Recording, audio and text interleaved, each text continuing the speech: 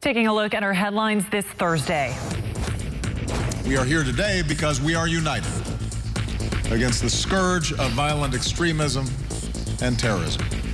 President Obama summing up the White House summit on violent extremism. Why his speech, though, is receiving harsh criticism from Republicans. Plus, tensions rise within the ranks of ISIS as the militant group goes on the defensive in Syria. More on the struggles the Islamic State faces now. And later, new twists and turns in the Las Vegas road rage murder case after police arrest the suspected killer. Today is Thursday, February 19th, and tonight you're watching One America News.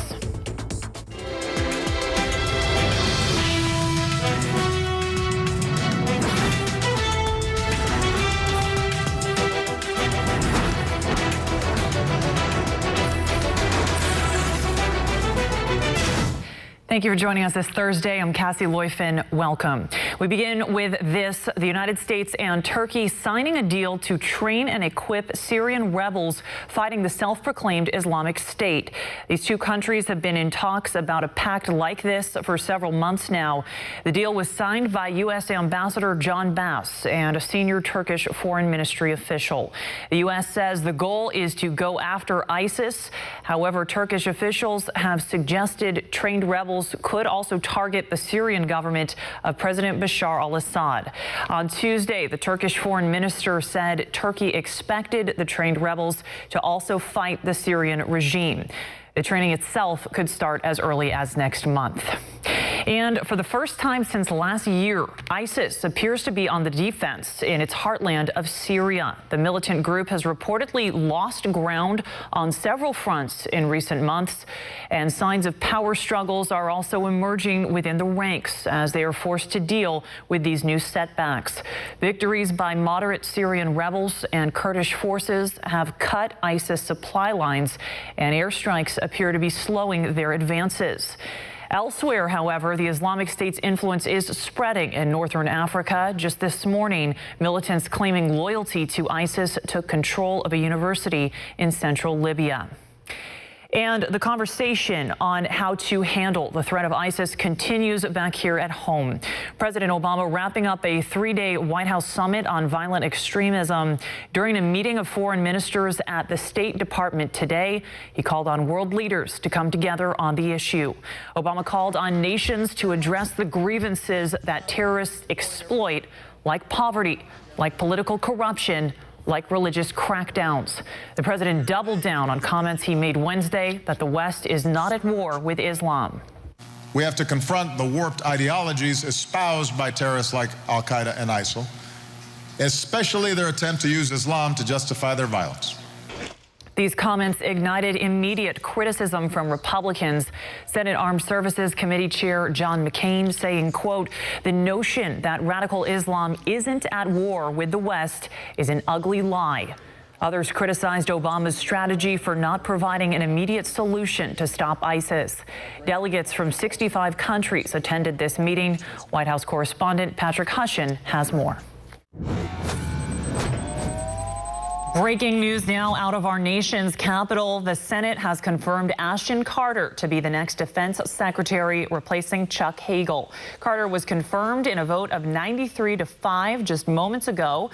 Earlier this week, the Senate Armed Services Committee unanimously approved Carter's nomination. Carter enters the position with a lot of Pentagon experience, having served in a variety of roles, including as Deputy Defense Secretary. We will continue to follow this story and bring you more later on in the hour. All right, well, as Bree mentioned there, Congress is off all week for President's Day. Wish we all got a week off for President's Day, but when they do come back, it will be crunch time for them to pass this funding bill. I don't even get a day off for President's Day, and that is because the news never stops. So on that, moving on here. It appears Prime Minister Benjamin Netanyahu's upcoming speech to Congress will be censored for any potential election campaigning. The election chief says adding a 5-minute delay in Israel will give news editors a chance to cut out any partisan rhetoric. And we are going on now to Sarah Pila, who has the latest news on our Market Watch. Sarah. Thanks, Cassie. So that's what's happening on Wall Street, and I'll be back with this last hour for an update for all you viewers. You know, I remember a while back, gold was all the rage, Right. but Sarah, maybe it's better if you have some gold lying around, just hang on to it. That's right. I remember all those obnoxious cash for gold commercials. And yeah, you might want to hang on to your gold right now. But, you know, with the Chinese New Year, maybe it'll bring some good luck to investors, the rest of Wall Street, and gold.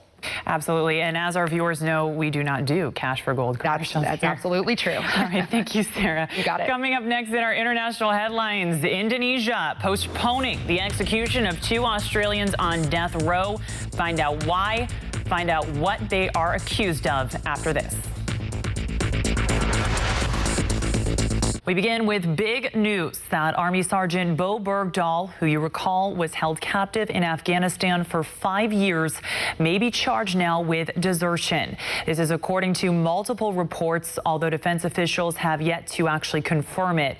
Last month, the Army sent the findings from its investigation to a U.S. general to determine whether or not to discipline the soldier for leaving his post back in 2009.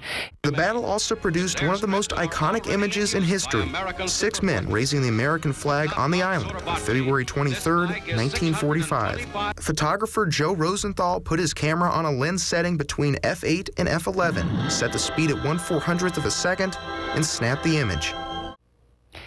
You've likely seen that image, the American flag planted firmly in the midst of the battle, a strong reminder of the 6 men who secured it there and the countless others who have fought for everything this image represents in the nearly 70 years since that photo was taken. I'm Cassie Leuffen. Thank you for being with us. Have a wonderful weekend. We'll see you Monday.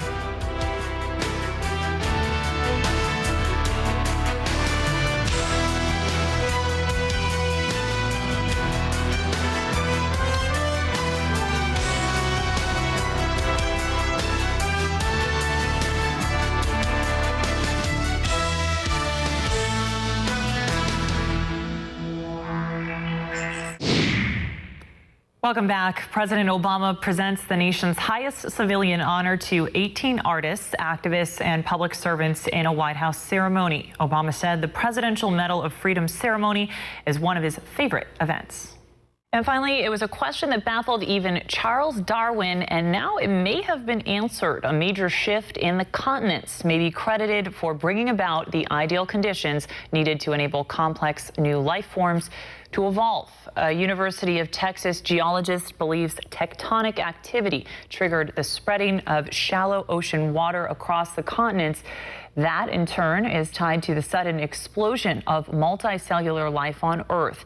The geologist believes the shift would have also pulled up large amounts of nutrients from the ocean floor, speeding the pace of evolution around 530 million years ago. The nice thing about talking about that many years ago is no matter how old you are, you feel pretty young. I want to close on that self-congratulatory note. We are all young. Thank you so much for watching. I'm Cassie Leuffen. For more on our network, you can check us out at OANN.com.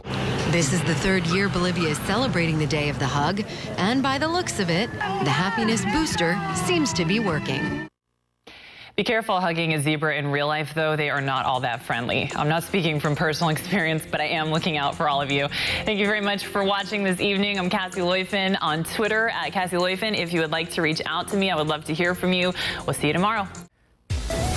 Well, many of us, myself included, overdo it with our digital consumption. Not a bad idea to take a break and just be present to what is going on around you and the people you are with, most importantly. Easier said than done with these hectic lives we all lead. My challenge is for all of us to find some time in our day today to do that. Sarah Pila is next. Thank you so much for watching.